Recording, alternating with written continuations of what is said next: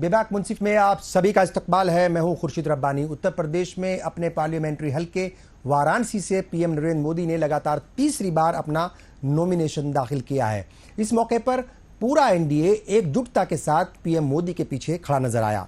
Nomination file करने के बाद पीएम नरेंद्र मोदी ने कहा कि हम 400 पार के लक्ष्य को लेकर चल रहे हैं।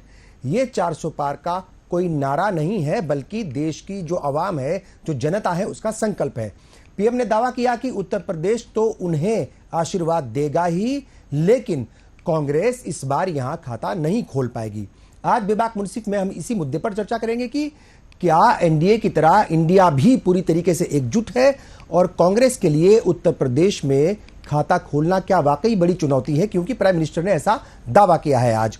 और इस मुद्दे पर चर्चा करने के लिए कई खास मेहमान मेरे साथ जो है वो जुड़ चुके हैं। हमारे साथ है कांग्रेस से पवन पटेल साहब, बीजेपी से खेमचंद शर्मा जी हमारे साथ कुछ देर के बाद जुड़ेंगे, समाजवादी पार्टी से आजम खान साहब हमारे साथ हैं और सीनियर जर्नलिस्ट अश्विनी मिश्रा जी भी हमारे साथ मौजूद हैं। मैं तमाम का इस्तकबाल करता हूं, तमाम मेहमानों का स्वागत करता हूं। और पवन पटेल जी, जाहिर तौर पर एक बड़ा दावा किया है प्राइम मिनिस्टर ने आज। वो कह रहे हैं कि उत्तर प्रदेश में कांग्रेस खाता भी नहीं खोलने जा रही है।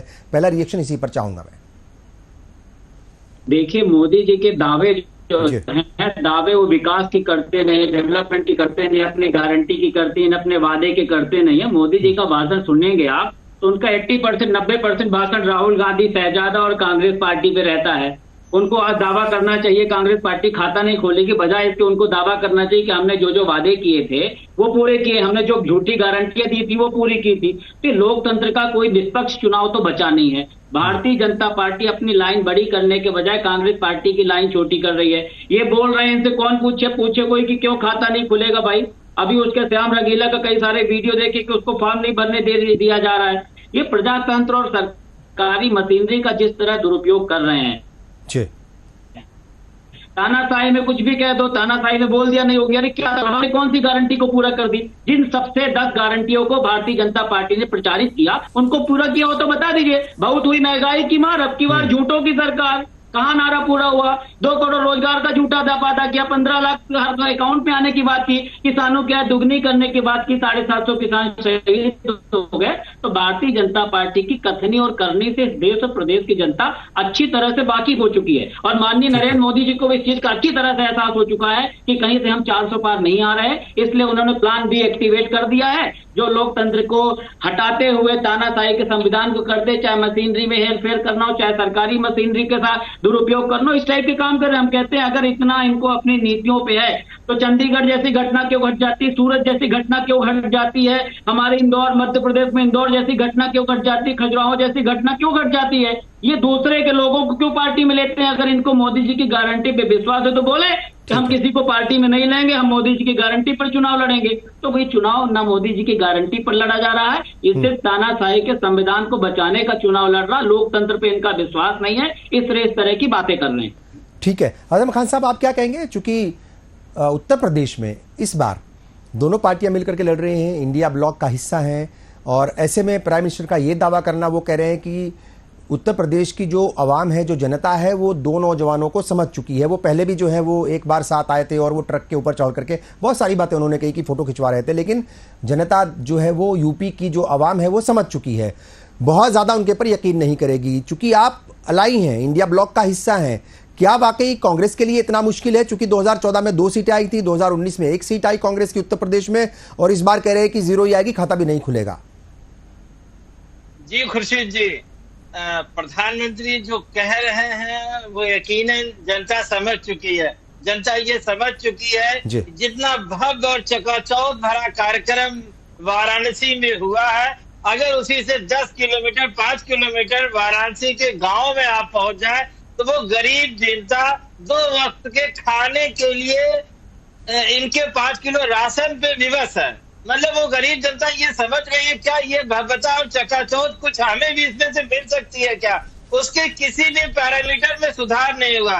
भारत के जितने भी पैरामीटर्स हैं, ह्यूमन इंडेक्स में भारत 2014 में 130 के आसपास था, 134 फिसल जाता है। यानी जब ह्यूमन इंडेक्स में भारत फिसल जाता है, हंगर इंडेक्स में भारत फिसल जाता है और हैप्पीनेस इंडेक्स में भारत फिसल जाता है।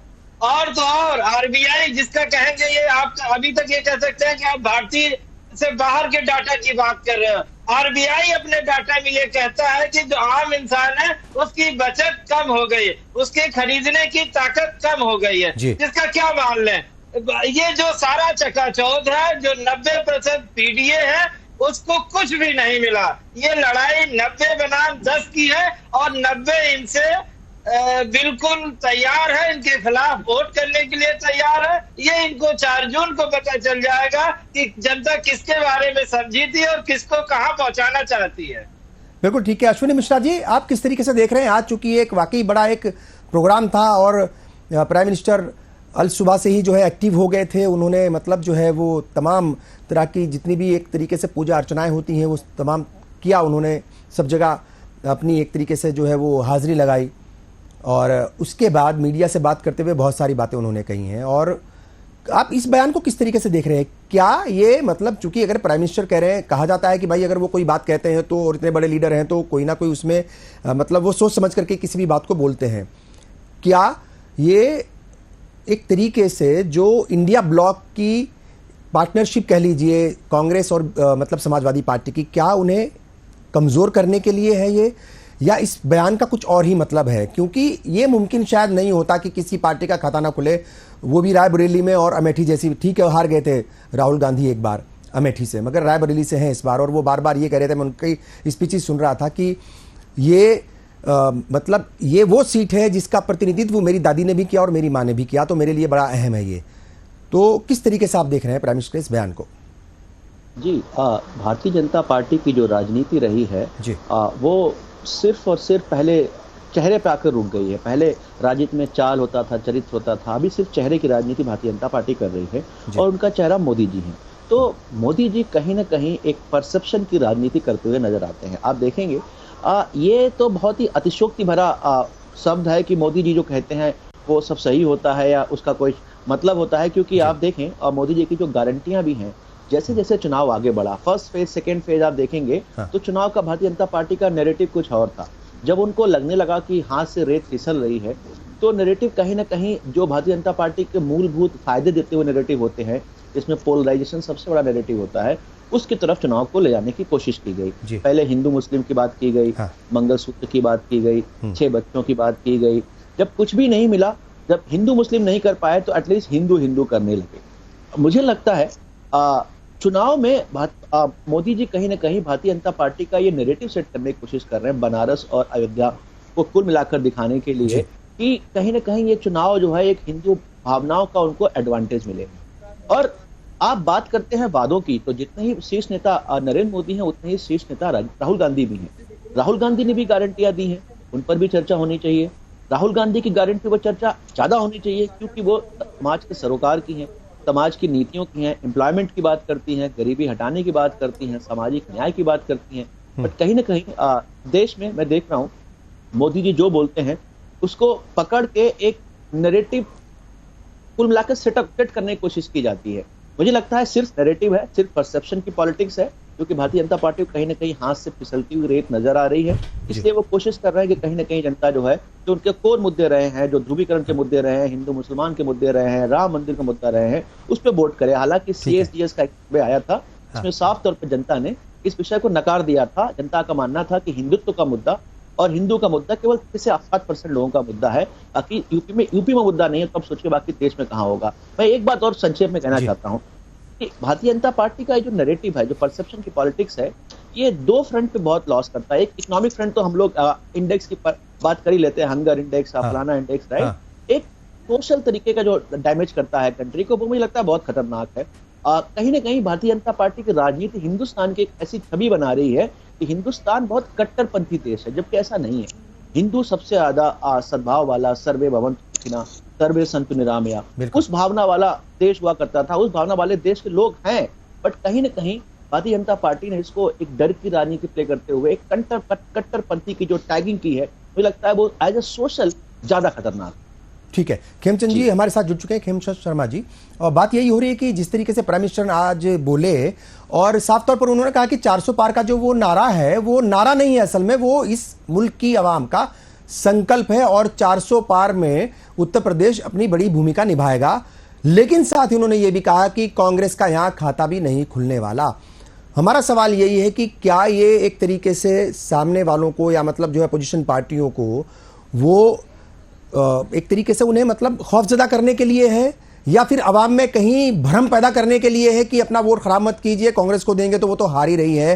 क्योंकि प्राइम मिनिस्टर जो है वो जाहिर तौर पर सदन के सबसे बड़े लीडर हैं और पार्टी के भी सबसे बड़ा चेहरा भी हैं, बड़े लीडर भी हैं। तो इतने बड़े लीडर और देश का प्राइम मिनिस्टर अगर ये बयान देगा तो जाहिर तौर पर सवाल उठेंगे। क्या मतलब है इस बयान का? क्या मतलब ये कह देना कि ये फला पार्टी का कोई खाता भी नहीं खुलने वाला, क्या ये सियासत में और इस माहौल में ठीक है? जय हिंद, नमस्कार। देखिए, आदरणीय प्राइम मिनिस्टर मोदी जी ने ये नहीं कहा कि कांग्रेस का पूरे देश में खाता नहीं खुलने वाला। उन्होंने उत्तर प्रदेश के बारे में कहा, क्योंकि ये सच्चाई है और सच्चाई कहना बिल्कुल सही है, क्योंकि सच्चाई सबके सामने आनी चाहिए। अब आप देखेंगे, राहुल जी अगर कॉन्फिडेंट होते तो वो अपनी सीट नहीं चेंज करते, रायबरेली नहीं जाते, अमेठी से चुनाव लड़ते। अमेठी छोड़ने का मतलब है कि उन्होंने अमेठी जो सीट है वो गिव अप कर दी है। ऑलरेडी वो सरेंडर कर चुके हैं कि वहां से स्मृति जी जीतने वाली हैं। रायबरेली में उनको लगता है कि हाँ कुछ फाइट हो सकती है, उनकी एक पैतृक सीट है, लगातार उनके परिवार वाले वहां से जीतते आए। लेकिन हकीकत ये है कि रायबरेली में भी वो हारेंगे, क्योंकि जो बेनिफिशियर है, जो लाभार्थी है, वो वहां पे भी है। उनको भी फ्री वैक्सीन लगी है, उनको भी पीएम किसान के माध्यम से मदद मिल रही है, वहां भी पीएम आवास योजना के तहत घर मिले गरीबों को, वहां भी लगातार युवाओं को स्किल रीस्किल अपस्किल किया जा रहा है, वहां भी जो किसानों को फसल बीमा का लाभ मिल रहा है, वहां भी जो लखपति दीदी आदरणीय प्राइम मिनिस्टर मोदी जी ने बनाए हैं, तो हजारों की संख्या में वहां पे भी लखपति दीदी हैं, वहां भी लाखों की संख्या में आदरणीय प्राइम मिनिस्टर मोदी जी ने सरेंडर दिए हैं।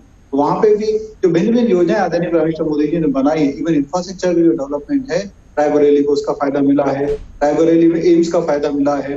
तो ये सारे जो डेवलपमेंट के प्रोजेक्ट हैं, और रायबरेली की जनता जो जागरूक वो देखती है कि आज देश को कौन ले जा रहा है आगे, वो आदरणीय प्राइम मिनिस्टर मोदी जी हैं। वहीं गांधी परिवार नेगेटिविटी फैलाता है, नकारात्मक बातें करता है, ऐसी बातें करते हैं जो देश को बदनाम करने की चीजें हैं। और अभी हमारे मित्र कह रहे थे कि भाई ऐसी छवि बना दी कि भारत बहुत कट्टरपंथी है। नहीं, बिल्कुल नहीं, कभी नहीं।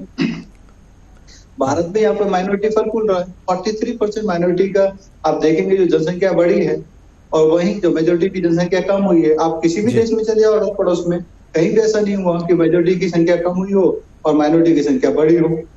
तो भारत में कि हम कट्टरपंथी, अब क्या है कि अब बराबरी के साथ देखा जा रहा है। पहले वन साइडेड था। पहले जो पॉलिटिकल पार्टी थी, विशेषकर कांग्रेस, वो मुस्लिम फर्स्ट पॉलिसी के साथ आगे बढ़ती थी। हम लोग सबको साथ में लेके चलते हैं। आदरणीय प्राइम मिनिस्टर मोदी ने साफ कर दिया, मैं हिंदू मुसलमान नहीं करता, मैं अपीजमेंट की पॉलिसी के खिलाफ हूँ, मैं सबके लिए काम करता हूँ। 140 करोड़ लोगों के लिए काम करता हूँ। 140 करोड़ लोग मेरे परिवार हैं। जब मैंने घर दिए तो सबको दिए, जब मैं पीएम किसान के माध्यम से मदद दे रहा हूँ सबको दे रहा हूँ, जब फ्री में राशन दे रहा हूँ सबको दे रहा हूँ, अपॉर्चुनिटी दे रहे हैं सबको दे रहे हैं। 10% हम लोगों ने रिजर्वेशन ईडब्ल्यूएस के लिए रखा, तो वो सबके लिए, उसमें ऐसा नहीं कि मुसलमान नहीं है, सिख नहीं, ईसाई नहीं है, सब है। तो आदरणीय प्राइम मिनिस्टर मोदी जी का एक ही नारा है कि विकसित भारत बनाना है, सबको विकसित करना है, सबको हमें एम्पावर करना है, सभी युवाओं को एम्पावर करना है, जिसमें सभी वर्ग के युवा हैं, सभी महिलाओं को एम्पावर करना है, हमें किसानों को एम्पावर करना है, और गरीबों को गरीबी से बाहर निकालना है। 25 करोड़ गरीबों को उन्होंने गरीबी से बाहर निकाला, तो 25 करोड़ में से जो बहुत बड़ी संख्या हमारे अल्पसंख्यकों की है। ठीक है, और अब उन्हें गरीबी में ना जाए, इसीलिए हम लोग फ्री में राशन दे रहे हैं, उनको फ्री में अच्छे हेल्थ की गारंटी दे रहे हैं आयुष्मान भारत के तहत। तो ये आदरणीय प्राइम मिनिस्टर मोदी ने साफ कर दिया, उन्होंने सच्चाई बोली है।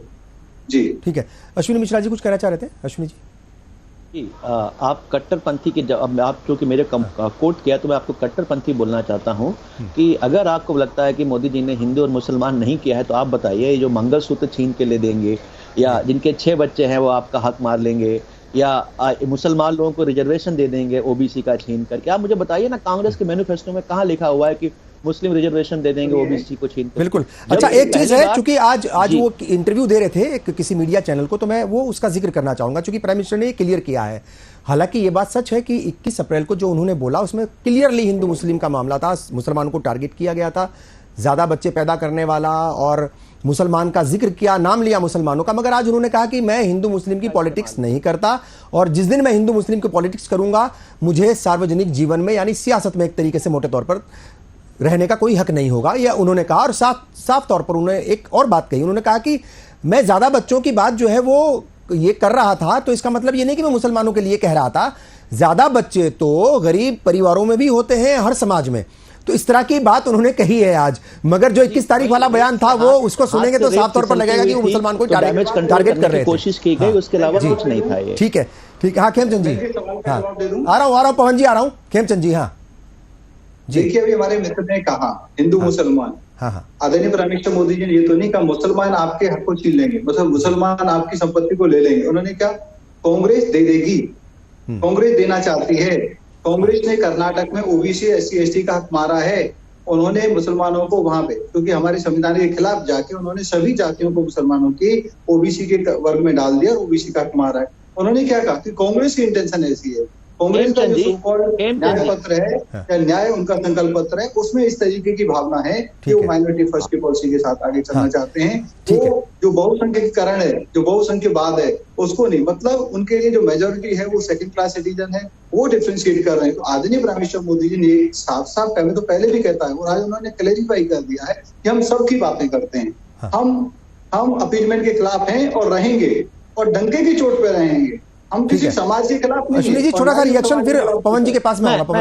मैं सिर्फ एक फैक्चुअली करेक्ट करना चाहता हूँ। रिलीजन बेस्ड पहला रिजर्वेशन देवेगौड़ा सरकार ने दिया था, जो कर्नाटक में दिया था, जो आज भारतीय जनता पार्टी के साथ गठबंधन में है। तो अगर ये बोलते हैं कि कांग्रेस रीजन बेस्ड रिजर्वेशन देगी तो ये बिल्कुल फैक्चुअली गलत स्टेटमेंट। ठीक है पवन पटेल जी, देखिए बहुत सारी बातें हैं। वो ये कह रहे हैं कि एक तो चूंकि ये सवाल बार बार उठ रहा है, होम मिनिस्टर भी बार बार इस सवाल को उठा रहे हैं, प्राइम मिनिस्टर ने भी आप इस बात को कहा है कि वायनाड में जब वोटिंग हो गई, जब पोलिंग हो गया, उसके बाद जो है वो ऐलान करते हैं कि मैं उत्तर प्रदेश की एक सीट से, रायबरेली से चुनाव लड़ूंगा, राहुल गांधी। तो बार बार ये कहा जा रहा है कि वो वायनाड की आवाम के साथ, उनके वोटर्स के साथ जो है वो जनता के साथ एक धोखा है। एक तो ये, दूसरा वो हिंदू मुस्लिम की पॉलिटिक्स वाला जो मसला है, प्राइम मिनिस्टर ने आज कहा है कि मेरा कोई मतलब नहीं है हिंदू मुस्लिम की सियासत करने का और ना मैं ये करूंगा, और अगर जिस दिन ऐसा करने का की नौबत आएगी मैं सार्वजनिक जीवन छोड़ दूंगा। कितनी गहराई और कितनी सच्चाई और कितनी ईमानदारी आप प्राइम मिनिस्टर इस बयान में ढूंढ रहे हैं या मिल रही है आपको, कहीं कुछ नजर आ रहा है? मोदी जी के बयान में कोई सच्चाई हो तो बता दीजिए जी।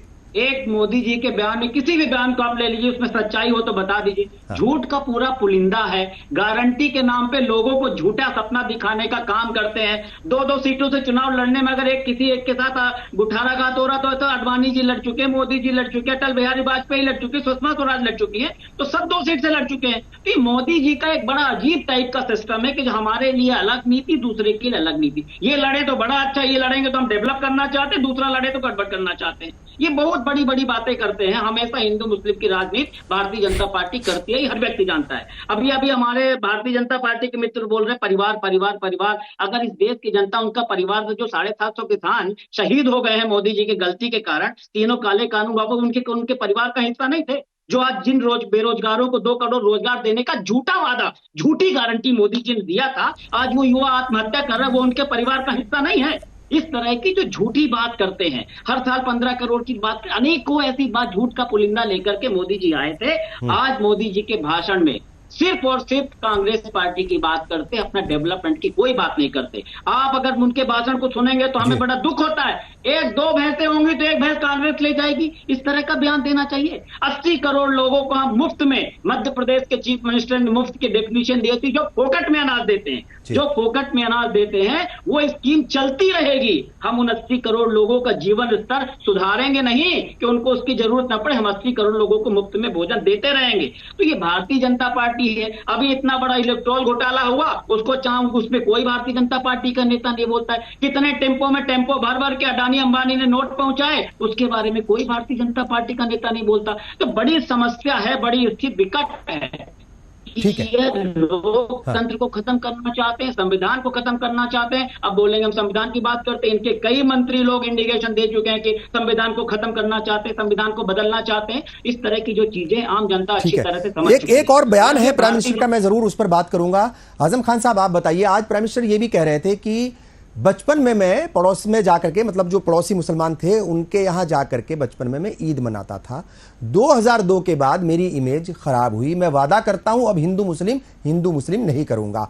देखिए ये बात करना इसलिए लाजमी है चूंकि प्राइम मिनिस्टर कह रहे हैं, और 21 तारीख को उन्होंने कहा, उसके बाद उनकी चुनाव आयोग में शिकायत हुई, कांग्रेस के लीडर्स ने की, तमाम जो अपोजिशन पार्टी के लीडर्स थे उन्होंने शिकायत की और फिर नोटिस मिला। क्या ये उस नोटिस का एक तरीके से असर है, या प्राइम मिनिस्टर को समझ में आया कि नहीं, ज्यादा हिंदू मुस्लिम करने की जरूरत नहीं है क्योंकि इससे मुल्क की इमेज भी जो है वो मतलब विदेशों में खराब होती है? किस तरीके से देख रहे हैं? उन्होंने वादा किया आज कि मैं आज के बाद हिंदू मुस्लिम करूंगा ही नहीं। भाजपा और उसके प्रधानमंत्री झूठ और जुमलेबाजी के अलावा कुछ नहीं है। जब उन्हें लगता है कि चुनाव में सांप्रदायिकता की जरूरत है तो वो सांप्रदायिक ध्रुवीकरण पे जाएंगे।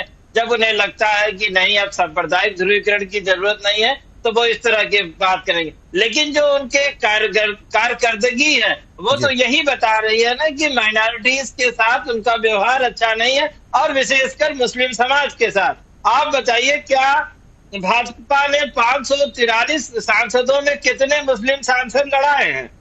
सिर्फ एक सांसद लड़ाया। क्या मुसलमानों की हिस्सेदारी एक सांसद की बनती है? और केंद्रीय कैबिनेट में एक भी मुस्लिम सांसद नहीं है, एक भी मुस्लिम मंत्री नहीं है, और उनके राज्यसभा में जो मेंबरशिप है उसमें भी एक मुस्लिम राज्यसभा मेंबर नहीं है। इसका मतलब भाजपा जो कहती है और जो करती है उसमें बहुत बड़ा अंतर है और बहुत बड़ा झूठ है। दूसरी बात, अभी जो आजकल जनसंख्या की चर्चा हो रही कि मुस्लिम जनसंख्या बढ़ रही है, खुर्शीद साहब, जो कमेटी थी वो इकोनॉमिक्स अफेयर कमेटी थी, यानी उसे आर्थिक आंकड़े देने थे। उसने आर्थिक आंकड़े नहीं दिए कि समाज के सभी तबकों की क्या स्थिति है और खासतौर से मुसलमानों की क्या स्थिति है, ये आंकड़े उसने नहीं दिए, बल्कि एक सगुफा चुनाव में छोड़ दिया हिंदू मुस्लिम के नजरिए से कि जनसंख्या मुसलमानों की बढ़ रही है। अगर उस समानुपातिक बात करें तो वो जो 78% नॉन मुस्लिम है और 14% मुस्लिम है, इस नजरिए से आप देखेंगे तो वो दूसरा पिक्चर आएगी। लेकिन जब आप 43% कहेंगे कि जनसंख्या बढ़ गई है तो दूसरी पिक्चर आएगी। इसी तरह से तमाम ऐसी चीजें, बात वो जो करते हैं और जो कहते हैं उसमें बहुत बड़ा गैप है। और दूसरी बात, जो कर्नाटक वाली थी, इन्होंने 15 दिन पहले वो किया था, 15 दिन पहले इनके एसआर मुंबई ने उसको विड्रॉ किया था, लेकिन आज वो सुप्रीम कोर्ट की रोक है उस पर। सुप्रीम कोर्ट ने कोई स्टेटस दिया है, ना कि कांग्रेस ने दिया है। तो अगर जो कुछ इन्हें कहना है वो सुप्रीम कोर्ट से जाके कहें कि कृपया करके इसे हटा लीजिए, ना कि कांग्रेस या विपक्षी साथियों से कहें। खुर्शीद साहब, यकीन मानिए, ये चुनाव महंगाई, बेरोजगारी, संविधान बचाने, लोकतंत्र बचाने और आरक्षण के जो ये खत्म करना चाहते हैं उसके साथ 90% पीडीए खड़ा है, और 4 जून को उनको इसका रिजल्ट मिल जाएगा। अश्विनी मिश्रा जी, देखिए, ये जो जिक्र किया मैंने प्राइम मिनिस्टर के बयान का, वो कह रहे थे कि भाई बचपन में पड़ोसियों के साथ ईद मनाई है मैंने और 2002 की वजह से मेरी इमेज खराब हुई। मतलब उन्होंने माना चीफ मिनिस्टर रहते हुए, देखिए, अच्छा काम होता है तब तारीफ होती है मुखिया की, और अगर कुछ खराब काम होता है, कुछ भी हो, तो उसी को जो है वो ब्लेम दिया जाता है। और प्राइम मिनिस्टर के ऊपर तो उस वक्त के प्राइम मिनिस्टर जो, मतलब उस वक्त जाहिर तौर पर ये चीफ मिनिस्टर थे, तो जो प्राइम मिनिस्टर थे उन्होंने कहा था, राजधर्म निभाने की नसीहत भी दी थी उस वक्त। तो आज उन्होंने एक्सेप्ट किया है कि हाँ, मेरी इमेज खराब हुई, मगर ये वादा भी किया है कि मैं किसी भी कीमत पर हिंदू मुस्लिम नहीं करूंगा। कैसे इस मतलब पूरे मामले को आप देख रहे हैं, कैसे बयान को देख रहे हैं पीएम के? जी, अगर बच्चों का मन तो सच्चा होता है, अगर प्रधानमंत्री मोदी जी ये बोल देते कि मैं बचपन में भी शायद हिंदू मुस्लिम करता था, तो बहुत, मुझे लगता है बहुत ज्यादा गलत स्टेटमेंट हो जाता है, क्योंकि बच्चों का मन तो सच्चा होता है। आदमी का कैरेक्टर डिसाइड होता है जब उसके पास मैच्योरिटी आती है। आप क्या है, आपका कैरेक्टर क्या है, जब आप मैच्योरिटी में आते हैं, कैसे बिहेव करते हैं, इस पर डिसाइड होता है। इसमें कोई दो राय नहीं है कि प्रधानमंत्री नरेंद्र मोदी जी हिंदू मुस्लिम करते रहे हैं, उनके स्टेटमेंट कहीं ना कहीं ऐसे रहे हैं। हालांकि मैं ये नहीं मानता कि उन्होंने मुस्लिम के साथ ही सिर्फ दुर्व्यवहार किया। मुझे लगता है इन जनरल ओवरऑल जो हिंदू कम्युनिटी है उसको भी कहीं ना कहीं भारतीय जनता पार्टी ने, मैं बार बार बोलता हूँ, टैग कर दिया कि कट्टरपंथ। आजकल लोग भारतीय जनता पार्टी कट्टरपंथ की बात करते हैं कि हिंदू कट्टरपंथी से शब्द भी इसी कारण इजाद किए गए कि हिंदू कट्टरपंथी हैं, क्योंकि भारतीय जनता पार्टी ने एक ऐसा डर का माहौल बना दिया, ऐसा एक माहौल बना दिया कि अगर आप लोग लड़ोगे नहीं, आपसे ये छीन लिया जाएगा, वो हो जाएगा। वो हिंदू जो हजारों साल सनातन जो 5000 10,000 साल से है, भारतीय जनता पार्टी 1980 में आई और उसने उस 5000 साल पुरानी सभ्यता को ये मैसेज दे दिया कि आप खतरे में हैं उस सभ्यता से जो 1700 साल 1800 साल पुरानी है। तो ये एक कट्टरपंथी है और देश की इमेज को खराब करता है, और ये बात कहीं ना कहीं मोदी जी को समझ में आ गई है। उनको भी लग रहा है कि उनको मुस्लिम वोट बहुत तायत में नहीं मिलने वाला है। 95% ना मिले, हो सकता है 100% ना मिले। साथ ही साथ उनके इस नैरेटिव से उनका बहुत सारा हिंदू वोट भी खिसक रहा है, क्योंकि हिंदू बाय नेचर सेकुलर होता है और उसको ये हिंदू मुस्लिम का जो सो कॉल्ड पोलराइजेशन होता है वो पसंद नहीं आता है, एक्सेप्ट प्रॉब्ली 2-4% लोग होंगे। ये बात भारतीय जनता पार्टी को समझ में आ गई है कि इस बार अगर पोलराइजेशन की पॉलिटिक्स नहीं हो रही है तो कम से कम एक माफीनामे टाइप की पॉलिटिक्स की जाए, जहां पर हिंदुओं को विश्वास दिलाया जाए कि हम भी जो है माइनर कम्युनिटी को उतना ही ख्याल रखेंगे जितना कि बाकी सरकारों ने किया। तो कहीं ना कहीं एक पॉलिटिकल टैक्टिक्स है जहां पर बोला जा रहा है कि शायद हिंदू वोट जो विमुख हो रहा है वो शायद उनकी तरफ आ जाए। हाँ खेमचंद जी, आपके पास ही आएंगे। जाहिर तौर पर चूंकि प्राइम मिनिस्टर ने अगर ये वादा किया है तो ये छोटा मोटा वादा नहीं है, यकीन करना चाहिए भाई प्राइम मिनिस्टर हैं। ठीक है, अपोजिशन पार्टियां तो अपनी तरीके से बात करती हैं। हाँ 3 मिनट में मैं दूसरी डिबेट में जा रहा हूं, तो आपसे अनुरोध है कि जो करेंगे ये क्या करेंगे, जैसे दूसरी पार्टियों ने माइनॉरिटी का ख्याल रखा है। दूसरी पार्टियों ने माइनॉरिटी फर्स्ट की पॉलिसी, उन्होंने मेजोरिटी का ख्याल ही नहीं रखा। हम तो सबका ख्याल रख रहे हैं। और आदरणीय प्राइम मिनिस्टर मोदी जी की कोई भी योजना मेरे को आप ये बता दो जिसमें आदरणीय प्राइम मिनिस्टर मोदी जी ने माइनॉरिटी को छेका हो, उनके साथ दोहात की हो, बिल्कुल नहीं की है। आदरणीय प्राइम मिनिस्टर मोदी जी सबको साथ में लेके चल रहे हैं, सबको एम्पावर कर रहे हैं, और उनका विजन है कि 140 करोड़ लोगों को हमें एम्पावर करना है और एम्पावर करते हुए भारत को हमें विकसित राष्ट्र बनाना है। अगर उन्होंने कभी भी ये कहा हो कि मेरी कोई भी योजना है उसमें से आप माइनॉरिटी को, स्पेशली मुसलमानों को अलग कर दें, तो आपको मैं चैलेंज करता हूँ, एक भी योजना बताएं। आपको चाहिए क्या? आपको विकास चाहिए? आपको क्या चाहिए? एम्पावरमेंट चाहिए या फिर आपको जो विपक्ष कह रहा है उस तरीके की अपीजमेंट चाहिए? तो आज देश कह रहा है कि हमें अपीजमेंट नहीं चाहिए, हमें सबका विकास चाहिए। हमें ऐसा व्यक्ति चाहिए जो सभी समाज का विश्वास में जीत सके और सबको साथ में लेके जा सके। आप तो देश को डिवीजन के कगार पे ले जा रहे हैं। आप कह रहे हैं कि हम माइनॉरिटी को ये हक देंगे, माइनॉरिटी को जो पर्सनल लॉ है वो अलाउ करेंगे, वो इम्प्लीमेंट करने देंगे। आप ये कह ही नहीं रहे कि हम सबके लिए काम करेंगे, और वो मोदी जी ने करके दिखाया है। और हम लोग अपने डेवलपमेंट की बात कर रहे हैं, विकास की बात कर रहे हैं, वहीं आप तोड़ने की बात करते हैं। जब कुछ नहीं बचता तो पाकिस्तान की धमकी देते हैं कि पाकिस्तान के पास न्यूक्लियर बॉम्ब है, डरो उससे, दोस्ती करो। नहीं तो आज आपने देखा ना पाकिस्तान की सुनी और ना ही किसी और की सुनी, और कश्मीर में कल जबरदस्त वोटिंग हुई। तो ये जवाब है, ये 370 का जवाब है कि 370 हटा हमारे देश के साथ और ज्यादा कोई ऐसे तरीके से हमारा जो कश्मीर का पार्ट है वो इंक्लूड हुआ। और आज पीओके में नारे लग रहे हैं कि वो भारत के साथ आना चाहते हैं, भारत के साथ रहना चाहते हैं। क्यों? तो वो देख रहे हैं कि भारत में डेवलपमेंट हो रहा है, भारत में धुआत नहीं हो रही है, भारत में सबको साथ में लेके चला जा रहा है। वहीं पाकिस्तान में धुआत हो रही है। तो मैं अब आपसे आज्ञा चाहूंगा, माफी के साथ। पवन पटेल जी, ठीक है। पवन पटेल जी, देखिए आज का जो प्राइम मिनिस्टर का जो नॉमिनेशन फाइल करने का जो पूरा एक प्रोग्राम था उसमें एक चीज़ दिखी और उसके ऊपर फिर बात भी हुई। वो ये थी कि जो एनडीए के लीडर्स थे तमाम पॉलिटिकल पार्टी के, वो मैक्सिमम वहाँ पर नज़र आए, सब थे वहाँ पर, नीतीश कुमार को छोड़कर, क्योंकि उनकी तबीयत खराब हो गई थी और शायद इस वजह से उनका प्रोग्राम कैंसिल हुआ। ये सवाल उठ रहे हैं कि एनडीए के जो लीडर्स है वहाँ पर तो एकजुटता नज़र आ रही है वो प्राइम मिनिस्टर के पीछे, चूँकि प्राइम मिनिस्टर जो है वो फेस है पीएम प्राइम मिनिस्टरशिप का 2024 के लिए भी, तो सब नज़र आए वहाँ पर, उनके पीछे खड़े दिखे, उनके साथ खड़े दिखे। मगर इंडिया ब्लॉक के लीडर्स के अंदर मोटे तौर पर वो एकजुटता नज़र नहीं आ रही है। क्या वाकई ऐसा है? कुछ अंदर खटपट है? चूँकि दीदी जो है वो ठीक है, वो कहती हैं कि हम बंगाल के बाहर एक हैं, मगर बंगाल में तो वहाँ कोई एंट्री नहीं है कांग्रेस की, अलग लड़ना पड़ रहा है। तो क्या सब कुछ ठीक है? ये भी सवाल उठ रहे हैं। नहीं, देखिए 101% सब कुछ ठीक है। जो इंडिया गठबंधन है वो 101% ठीक है, अच्छी तरह से ठीक है, क्योंकि उन सबका विश्वास संविधान को बचाने के लिए, मोदी जी के जो झूठ थे, फरेब थे, जो उनकी झूठी गारंटियां थी, जो संविधान को खत्म करने की साजिश, उन सबसे बचाने के लिए वो गठबंधन तैयार हुआ है। वो सब एक अच्छी तरह से है, यूनाइट है। और ये सिर्फ भारतीय जनता पार्टी के सफूके हैं जो इस टाइप की छोड़ देते हैं ताकि एक अफवाह फैलती रहे। और ये जो अभी हिंदू मुस्लिम नहीं करने का मोदी जी ने बोला है, तो मैं तो बात करता हूं कि मोदी जी की हर बात बड़ी होनी चाहिए। मोदी जी प्रधानमंत्री थे तभी उन्होंने कई सारी बातें की थी। फिर लास्ट में जब चुनाव हो जाएगा, जब हिंदू मुस्लिम करेंगे, तो आप पूछेंगे पत्रकार लोग, जब तो कह देंगे वो तो एक चुनावी जुमला था, पहले भी कई बार कर चुके हैं। तो हमारा निवेदन ये है कि भारतीय जनता पार्टी का एकदम स्टैंड क्लियर, उसे सत्ता में बने रहना है। और जब जब उसको जहां जहां पर खतरा लगेगा कि इस कारण से हम सत्ता में खतरे हो रहे हैं, तो भले उनकी एंटी चीज हो, भले उसको कभी ना आत्मसात करने वाले हों, लेकिन वो उसके हिसाब से कर देते हैं। हमारा याद करिए जब किसान आंदोलन चल रहा था, उत्तर प्रदेश का चुनाव था, मोदी जी ने उनको आतंकवादी, फिलिस्तीनी और उनके साथ आतंकवादियों जैसा बर्ताव किया। पूरी दुनिया ने देखा कि किस तरह का बर्ताव कर रहे हैं जैसे आतंकवादी हो। लेकिन जब इनको लगा उत्तर प्रदेश का चुनाव हाथ से निकल जाएगा तो तीनों काले कानून वापस ले लिए। अब ये समझ रहे कि हिंदू मुस्लिम मैं बहुत ज्यादा कर गया हूं, फिर चुनाव निकल रहा, अभी तक के चरण का उनको आकलन हो गया, तब बोल रहे हैं कि मैं हिंदू मुस्लिम नहीं करूंगा। तो भारतीय जनता पार्टी का दोहरा चरित्र आम जनता के सामने आ चुका है। ये सिर्फ सत्ता में बने रहने के लिए किसी के साथ समझौता कर लेंगे कि 750 किसान चले जाए, चाहे किसान चले जाए, चाहे युवा हमारा आत्महत्या कर ले, चाहे महिलाओं के साथ कोई अत्याचार होता है, चाहे भुखमरी के पायदान में हम रोज नए नए आयाम गढ़ते जाएं।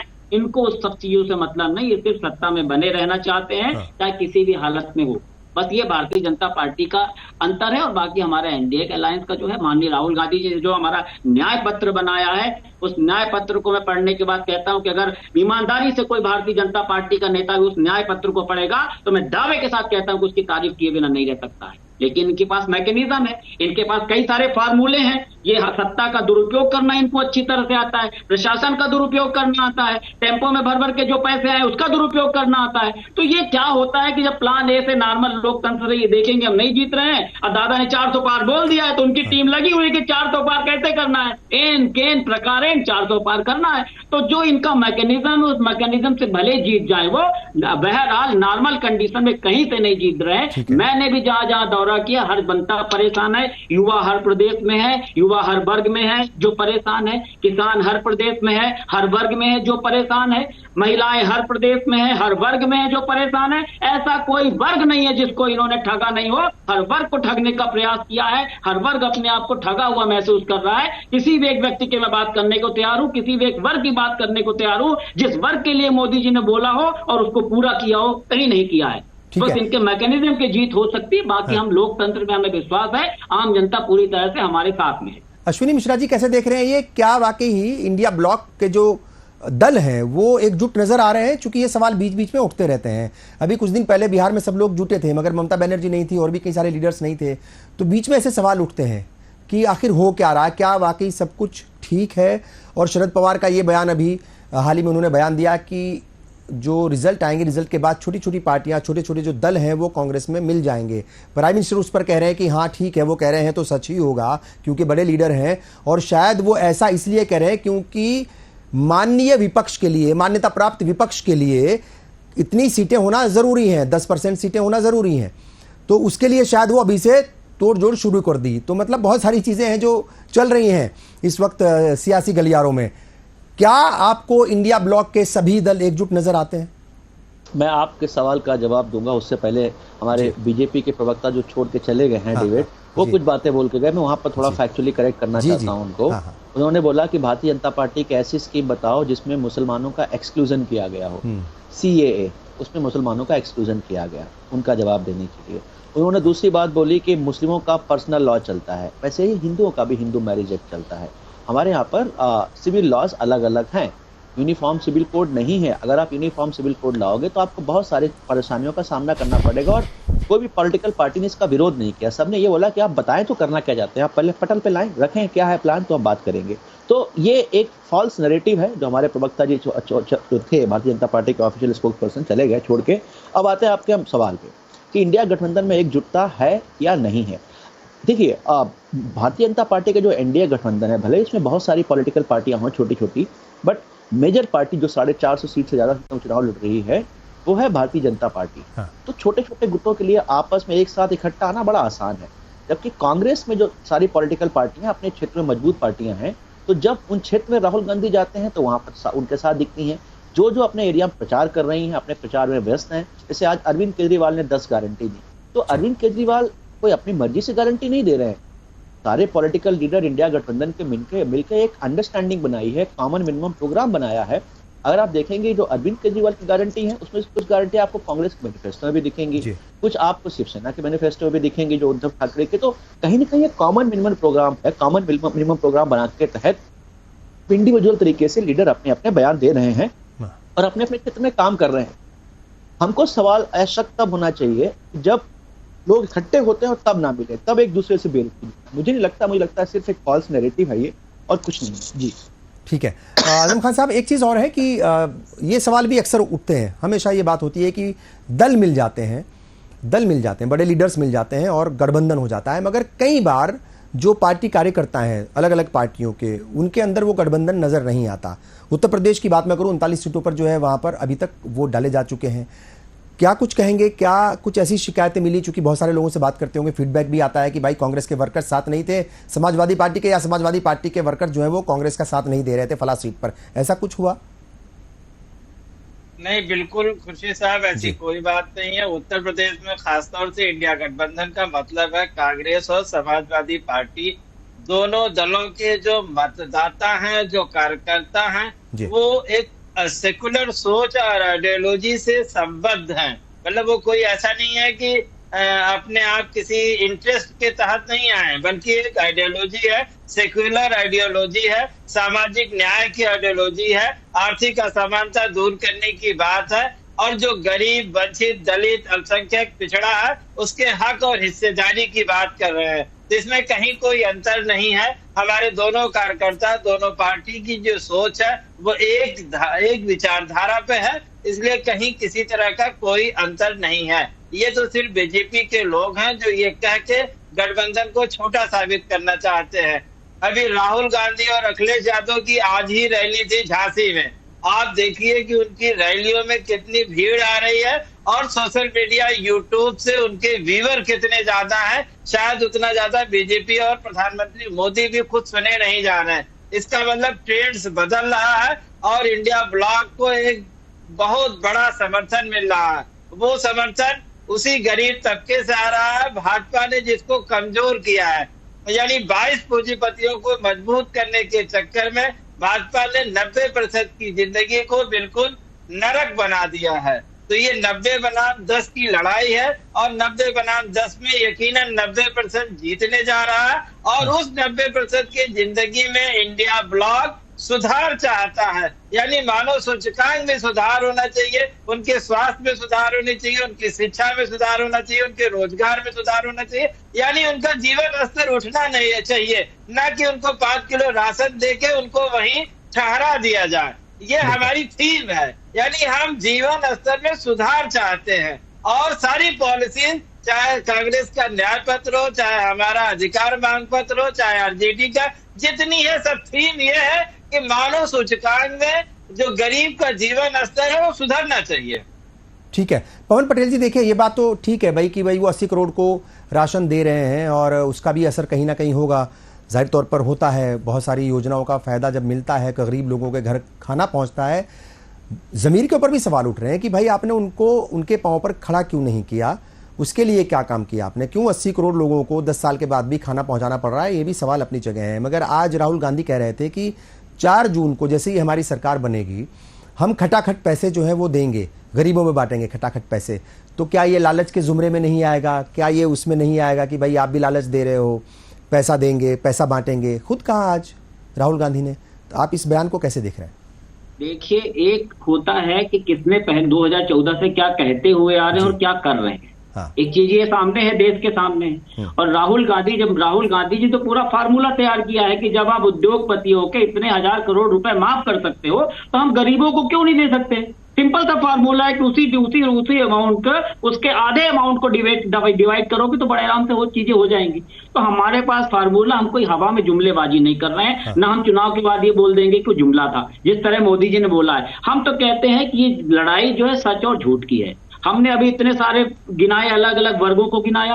अब आप भ्रष्टाचार, जो सबसे बड़ा मुद्दा भारतीय जनता पार्टी ने प्रचारित किया था कांग्रेस के समय पे, तो अनेकों भ्रष्टाचार कैसे कि अजीत पवार जी को देखिए, मोदी जी हर भाषण में बोलते थे 70,000 करोड़ सिंचाई घोटाला, उससे बड़ा कोई भ्रष्टाचार ही नहीं, उसको जेल की चक्की कट पाएंगे। और वो भारतीय जनता पार्टी की जो जादुई, मोदी जी की जादुई वॉशिंग मशीन जो है, उस वॉशिंग मशीन में उनको धोया गया और उनको स्वच्छ और निर्मल करने के बाद वो भारतीय जनता पार्टी में शामिल होने के बाद उनसे अच्छा व्यक्ति कोई नहीं है। तो भारतीय जनता पार्टी की कथनी और करनी को अच्छी तरह से समझने का प्रयास करिए आप। जब आप भारतीय जनता पार्टी के यस में यस हाँ बोलेंगे तो आप भारतीय जनता पार्टी के हिसाब से हो जाएंगे, देश प्रेमी हो जाएंगे, बहुत बड़े भक्त हो जाएंगे, और उनके खिलाफ बोलेंगे तो आपके ऊपर किसी न किसी तरह का चार्ज लगा दिया जाएगा। ये जिस तरह का काम आज देश और प्रदेश में चल रहा है, हम हर व्यक्ति से अपील करते हैं, बात कांग्रेस और भाजपा की नहीं है, आपका विश्वास जो बाबा साहब भीमराव अम्बेडकर ने संविधान बनाया था, जिस संविधान पे पूरी दुनिया को नाज हुआ करता था, अगर इस प्रदेश और देश की जनता का विश्वास उस संविधान में है तो बहुत बड़ी बात नहीं होगी कि मोदी जी की सरकार इस बार कहीं से नहीं आने वाली, इंडिया अलायंस की सरकार बनेगी। और अगर ये मैकेनिज्म जो इनके हाथ में है, हमने तो कई बार बोला कि उस बिना मैकेनिज्म के चुनाव करा लीजिए। जिस देश ने उस मैकेनिज्म का निर्माण किया, जिस देश ने ईवीएम का निर्माण किया, जब उस देश ने बंद कर दिया और मोदी जी की इतनी अच्छी नीतियां हैं, इतने मजबूत प्रधानमंत्री के हम उनको अंतर्राष्ट्रीय प्रधानमंत्री भी कहते हैं, तो बहुत बड़ी अतिशयोक्ति नहीं होगी। दूसरे देश आज डर रहे हैं, तो जब इतनी नीतियों में हम कहते हैं एक व्यक्ति के जहन में भी अगर ख्याल आ रहा है कि ईवीएम में कुछ गड़बड़ी हो सकती है, तो मोदी जी खुला बोल दे कि ये देखो हम बैलेट पेपर से चुनाव करा दिए, दूध का दूध पानी का पानी हो जाएगा। सुप्रीम कोर्ट ने तो लेकिन वो हो नहीं सकता। सुप्रीम कोर्ट ने तो अभी चूंकि अपना फैसला सुनाया था, वो मिलान को लेकर के भी, वीवीपैट के 100% मिलान को लेकर के भी जो एक याचिका थी उसको भी उन्होंने मना कर दिया, बैलेट पेपर से भी मना कर दिया। वो कह रहे हैं कि अगर किसी की शिकायत आती है 7 दिन के भीतर, इलेक्शन से रिजल्ट से 7 दिन के भीतर अगर किसी की शिकायत आती है, कोई कैंडिडेट दूसरे और तीसरे नंबर का कोई कैंडिडेट जो है वो शिकायत करता है, तो 5% मशीनों की जो है वो मिलान किया जाएगा वीवीपैट का, और उसका खर्चा जो है वो उसी को देना पड़ेगा। तो सुप्रीम कोर्ट ने उसको एक तरीके से जो है मतलब इनकार कर दिया उस बात से। इतना सब करने की जरूरत क्या है? मैं सुप्रीम इतना बड़ा नहीं कि मैं सुप्रीम कोर्ट के ऊपर नहीं, मैं तो एक मेरे जहन में जस्ट एक ख्याल आया, मैं जाता हूँ रोज मिलता हूँ, लोग बोलते ईवीएम में गड़बड़ है, 90% जी हाँ। कल भी ये जो इशू है मतलब वीवीपैट का और ये ईवीएम का खासतौर से, कल भी मतलब जब चौथे फेज के इलेक्शन हो रहे थे तो उत्तर प्रदेश की कई सारी जगहों से इस तरह की खबरें आई थी, बाइट्स आई थी, लोग बोल रहे थे सोशल मीडिया पर कि वो वोट किसको डाल रहे हैं और पर्ची जो है वो किसी और की निकल रही है। तो इस तरह की शिकायतें थी। मेरा ख्याल कि इस मसले पर जो है चूंकि सुप्रीम कोर्ट अपना फैसला सुना चुका है, और अगर ये पॉलिटिकल पार्टियां जो भी रूलिंग पार्टी होगी अब 4 जून के बाद, अगर वो फैसला कुछ करती है आइंदा के इंतखाबात में, चूंकि 1 नेशन 1 इलेक्शन की भी बात हो रही है, तो कैसे होगा वो, क्या मुमकिन है मतलब जो है वो ईवीएम के बगैर किस तरीके से पूरा मैकेनिज्म बनेगा, ये भी जाहिर तौर पर सवाल उठेंगे और ये सवाल भी होंगे। अश्विनी मिश्रा जी देखिए, ये स्कीम्स को लेकर के बहुत सारी बात हो रही है, और ये भी सच है कि स्वामीनाथन कमेटी की तश्कील या जो उसका मतलब गठन है वो यूपीए हुकूमत के दौरान हुआ था, और मैक्सिमम मेरा ख्याल कि 175 जो है उसकी मांगे मान ली गई थी, 25 या 26 ही ऐसी थी जो जिनके ऊपर बात नहीं बनी थी। उन्हीं को लेकर के अब एनडीए हुकूमत में या फिर मोदी हुकूमत में बहुत सारी बार जो है वो किसानों को आंदोलन करने पड़े, और 750 से ज़्यादा किसानों की मतलब जो है जाने गई, वो शहीद हुए, मगर फिर भी उनके ऊपर कोई बहुत ज़्यादा बात नहीं बन पाई। ठीक है साहब, तो इंतखाबात के वक्त कोई भी पॉलिटिकल पार्टी बड़े बड़े दावे तो कर लेती है, मगर वो गुना भाग कई बार ऐसा नहीं करती कि वो 100% गुना भाग कर रही हो। अभी 2 दिन पहले ही जो फिनेंस मिनिस्टर है वो भी पूछ रही थी कि कांग्रेस से मैं पूछना चाहती हूँ, राहुल गांधी से पूछना चाहती हूँ कि ये जो स्कीम बता रहे हैं, ये लाएंगे, ये चलाएंगे, ये करेंगे, वो पैसा कहाँ से आएगा? क्या लगता है आपको? चूंकि ये बात सच है कि बहुत सारी स्कीमें ऐसी हैं जिन्हें शुरू किया जा सकता है, और ये दिल्ली की हुकूमत ने करके दिखाया और वो कहते भी हैं, मगर फिर भी क्या गुना भाग की कमी है या सब कुछ मतलब ठीक है? बहुत सारी बातें हुई, मैं थोड़ा सा सब पे संक्षेप में कमेंट देता हूं। पहले तो ईवीएम पे ही थोड़ा सा मैं कंक्लूड करना चाहता हूं। जैसा आपने बोला कि ऑनरेबल सुप्रीम कोर्ट ने बोला है कि 5% तक ईवीएम गिनवा सकते हैं कैंडिडेट जो सेकंड या थर्ड आएंगे। मुझे लगता है ये बहुत ऐतिहासिक फैसला था। जब वो 5% मशीनें खोली जाएंगी और उसमें से जब डिस्पैरिटी निकलेंगी तो एक विंडो ओपन हुआ है, हम वापस कोर्ट में जाएंगे और बोलेंगे अगर डिस्पैरिटी निकलेगी तभी तो आपको साबित कर पाओगे कि हाँ आप देखिए वीपैट से मिलान नहीं हो रहा, मैचिंग नहीं हो रही है, जो कि मुझे लगता है संभव है और होगा। वो 5% बहुत ऐतिहासिक फैसला है और आने वाले समय में 4 जून से लेकर के शायद 7 से 10 दिन का समय दिया गया है। 14 जून तक आपको समझ में आ जाएगा कि कितना ज्यादा लेवल का घोटाला संभव है ईवीएम में या हुआ है ईवीएम में। ये तो रही बात ईवीएम की। अब आते हैं रिपोर्ट्स पे। स्वामीनाथन जी की रिपोर्ट की बात की या कई बार स्ट्रक्चर कमेटी की रिपोर्ट की भी बात होती है कि उस रिपोर्ट को भी लागू करेंगे। मुझे लगता है ये सारी जब आप एनालिसिस कराते हैं, आप डेटा कलेक्ट करते हैं तो आपका कुछ पर्पस होता है, चाहे वो स्ट्रक्चर कमेटी की रिपोर्ट हो, चाहे स्वामीनाथन की रिपोर्ट हो। किसानों ने आंदोलन किया क्यों था? किसानों ने आंदोलन किया था कि आपने उनसे एक वादा किया और फिर आपने वादा खिलाफी की। ये कौन सी नैतिकता की पराकाष्ठा हुई आपकी, और बोलो अनैतिकता की पराकाष्ठा हुई कि आपने वादा किया और फिर वादा खिलाफी की, और उसके लिए किसानों को रोड पर आना पड़ा, और आपने उनको रोड पर आने के बाद दिल्ली तक आने भी नहीं दिया, रोड ब्लॉक कर दिया। मैं खुद बीच में एक बार चंडीगढ़ जाना चाह रहा था, खुद नहीं जा पाया। तो आप सोचिए कि आप देश में अराजकता का माहौल खुद बना रहे हैं। पहले आप प्रॉमिस करते हैं, फिर उन प्रॉमिस को तोड़ देते हैं, फिर कोई अगर उसके खिलाफ आंदोलन करे तो आप उसको रोक देते हैं, मारपीट करते हैं, और यहाँ तक कि जाने जाती हैं, आप आंसू के गोले भी छोड़ते हैं। तो आप ये सोचिए कि ये देश में अराजकता की पराकाष्ठा है। ऐसी सरकार किसी को नहीं चाहिए। रही बात राहुल गांधी के वादों की, उसमें कोई रॉकेट साइंस नहीं है। राहुल गांधी ने बहुत ही टेक्निकली अपने जो पत्र है उसमें समझाया है। 30 लाख पद हैं, रिक्त पड़े हुए, उनको भरने की बात की है, उसमें क्या ही प्रॉब्लम है। जो एक फर्स्ट जॉब का उन्होंने प्रॉमिस किया है वो भी संभव है। 15 लाख करोड़ आप उद्योगपतियों का माफ कर देते हैं, अगर उसको आप स्कीम में लगाते हैं तो जो बेसिक फंडामेंटल प्रॉब्लम्स है लोगों की, चाहे हेल्थ की हो, चाहे एजुकेशन की हो, वो सब सॉल्व हो जाएंगे। लेकिन ऐसा नहीं है। आपने देश में इतना ज्यादा डिस्पैरिटी कर दिया है, गरीब और अमीर के बीच की जो खाई है वो ऑल टाइम हाई है। और आप बोल रहे हैं विकास कर रहे हैं, 80 करोड़ लोगों को आप राशन देना विकास अगर बोलते हैं साहब, तो इससे अच्छा हम विकसित ही सही, हम गरीबी सही, क्योंकि वो विकास किसी को नहीं चाहिए जहां पर आप सिर्फ और सिर्फ लोगों को खाना खिला रहे हैं, जिंदा रख रहे हैं और उनको अभिभूति करा रहे हैं कि अरे आप तो विकास की तरफ जा रहे हैं। 2047 तक अगर भारतीय जनता पार्टी जो सपना दिखा रही विकसित देश का, मुझे लगता है 2047 तक भारतीय जनता पार्टी 140 करोड़ लोग जो शायद हो सकता है उसमें 170 180 हो जाए, सबको फ्री में राशन देगी, और यही उनके विकास की परिभाषा होगी और कुछ नहीं बचेगा। बिल्कुल ठीक है।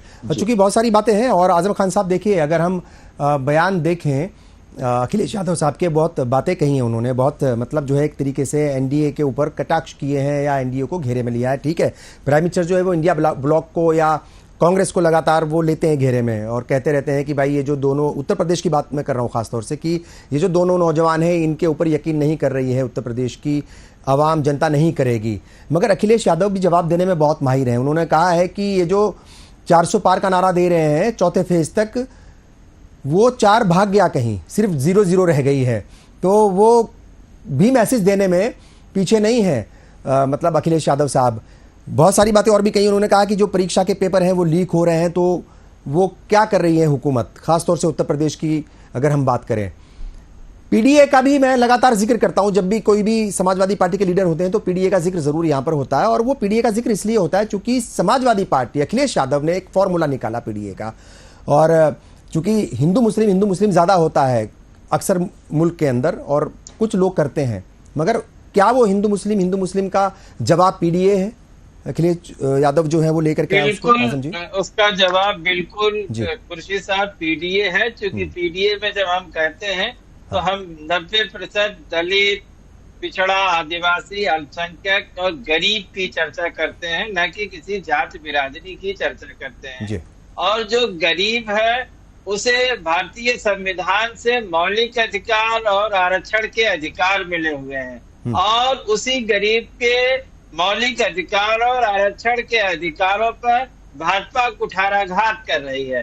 सिर्फ इसलिए नहीं कि उनके बयानात है, बल्कि उनका रवैया भी इस तरह से रहा है। जैसे आपने देखा भारत सरकार में उन्होंने डायरेक्ट आईएएस अपॉइंटमेंट किए हैं, उस डायरेक्ट आईएएस अपॉइंटमेंट में एक भी दलित, आदिवासी, ओबीसी का अपॉइंटमेंट नहीं हुआ। राहुल गांधी बार बार कहते हैं कि 90 सचिव जो भारत सरकार की योजनाएं बनाते हैं उनमें से 3 आदिवासी, दलित या ओबीसी हैं, यानी वहां भी हिस्सेदारी नहीं है। तो जब आप उत्तर प्रदेश की हम चर्चा करें, अगर आप सभी जिलों के डीएम और एसपी उठा के देख लेंगे तो शायद दलित और ओबीसी, आदिवासी, एसपी और डीएम मिलेगा।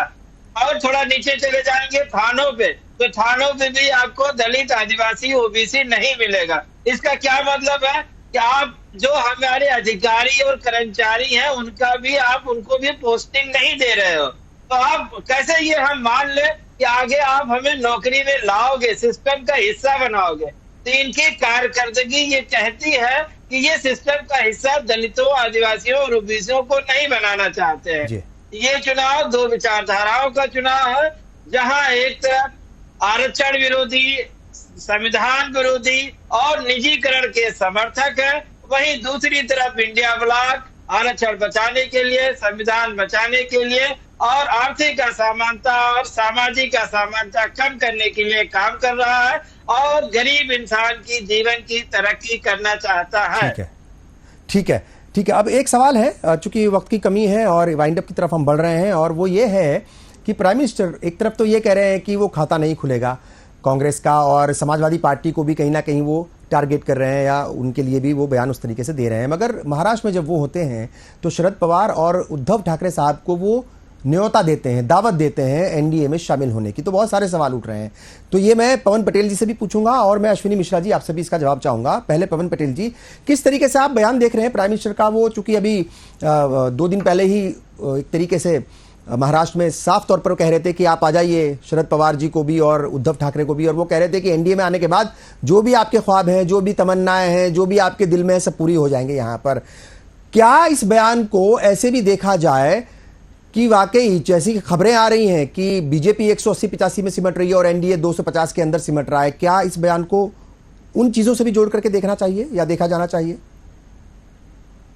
मोदी जी का भाषण और मोदी जी का जो आप प्रेजेंटेशन था वो आप जो पहले चरण के चुनाव के पहले देखेंगे वो आप उसको ग्रेजुअली देखते जाएंगे, दूसरे तीसरे चौथे चरण में किस टाइप का होता जा रहा है, किस टाइप की सॉफ्टनेस आती जा रही। पहले इनका अहंकार से भरे हुए थे कि 400 पार, दादा ने बोल दिया मतलब 400 पार।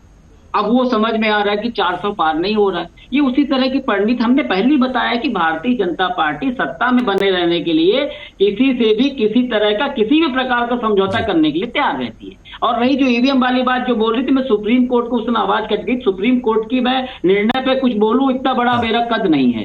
मैं तो सिर्फ एक आम आदमी, छोटी सी हैसियत है मेरी, मैं तो एक बोलता हूं तो जो आम जनता जिनसे मिलता हूं उनके जहन में ख्याल आता है। तो मैं तो सुप्रीम कोर्ट की बात नहीं कर रहा हूं, बहुत अच्छा निर्णय जो 5% का आया है, लेकिन मैं मोदी जी को बोलता हूं, भारतीय जनता पार्टी को बोलता हूं, अगर आप इतने कॉन्फिडेंट हो, इस देश को आपने बदल दिया, सब कुछ समस्याएं खत्म हो गई, आपने राम राज्य ला दिया, तो फिर आप अगर आम जनता का एक भी व्यक्ति अगर असंतोष है, एक भी व्यक्ति ने अगर आवाज उठाई तो आप कर दो उसके हिसाब से निर्णय। मेरा तो बस ये निवेदन है, लेकिन भारतीय जनता पार्टी ऐसा कुछ करने वाली नहीं। ठीक है अश्विनी मिश्रा जी, क्या ये जो बयान है शरद पवार को और उद्धव ठाकरे को न्योता देने का, एनडीए में शामिल होने का, क्या इसे, चूंकि ये है खबरें इस तरह की कि भाई 250 के अंदर अंदर सिमट रही है, पूरा एनडीए सिमट रहा है उसमें, ठीक है साहब, क्या ये बहुमत के लिए एक तरीके से अभी से प्लानिंग है और उनकी एक रणनीति है? अश्विनी जी, अश्विनी जी मेरी आवाज सुन रहे हैं? जी अश्विनी जी, ठीक है। आजम खान जी, आपको जवाब देना चाहेंगे इस पर? कोई दो राय नहीं है कि उनको अपनी हार नजर आ रही है। उसी नजर आने में उनको हार के चुनाव से पहले ही नजर आ रही थी, इसीलिए वो नीतीश कुमार के पास जाते हैं, आरएलडी के जयंत चौधरी के पास जाते हैं और तमाम क्षेत्रीय दलों के पास वो जाते हैं कि भैया आप मेरा सपोर्ट करो ताकि मेरी सरकार किसी तरह से बन जाए। लेकिन उसके बावजूद उन्हें 4 चरणों के बाद ये लग गया है कि उनका सफाया तय है, इसलिए वो शरद पवार जी और उद्धव ठाकरे जी पे डोरे डालने की कोशिश कर रहे हैं। लेकिन उन्हें समझ लेना चाहिए ये दोनों इंडिया ब्लॉक के बहुत मजबूत स्तंभ हैं, वो उनकी बातों में आने वाले नहीं है। अब 4 जून की उनकी विदाई तय है और वो अपना झोला उठा के जाने के लिए तैयार रहे। चलिए ठीक है, बहुत बहुत शुक्रिया। देखिए खेमचंद जी कुछ वक्त के लिए जुड़े थे, मुझे लग रहा था कि वो पूरे वक्त के लिए रहेंगे, मगर कुछ इशू शायद था उनके साथ, उन्हें जवाब देने चाहिए थे बहुत सारे सवालों के जिनका जवाब सिर्फ बीजेपी दे सकती थी। बहरहाल वो नहीं, उनका भी शुक्रिया, और पवन पटेल जी आपका भी शुक्रिया, आजम खान साहब आपका भी शुक्रिया, अश्विनी जी आपका भी शुक्रिया, तमाम मेहमानों का शुक्रिया, तमाम नाजरीन का भी शुक्रिया। ये प्रोग्राम देखा, जाहिर तौर पर बहुत सारी बातें हो रही हैं और अभी 3 फेज और बचे हैं। अभी बहुत सारी बातें ऐसी और आएंगी जो ना आपने सोची होंगी, ना किसी अपोजिशन पार्टी के लीडर ने सोची होंगी, ना जनता ने सोची होगी। आएंगे, इंतखाबात का वक्त है, तमाम बातें आएंगी, मगर इस सब के बीच प्राइम मिनिस्टर का आज ये कहना कि मैं वादा करता हूं अब हिंदू मुस्लिम नहीं करूंगा, देखते हैं प्राइम मिनिस्टर इस वादे पर कितना टिके रहते हैं। आपने प्रोग्राम देखा, बहुत बहुत शुक्रिया। मुझे और पूरी टीम को दीजिए इजाजत। आदाब।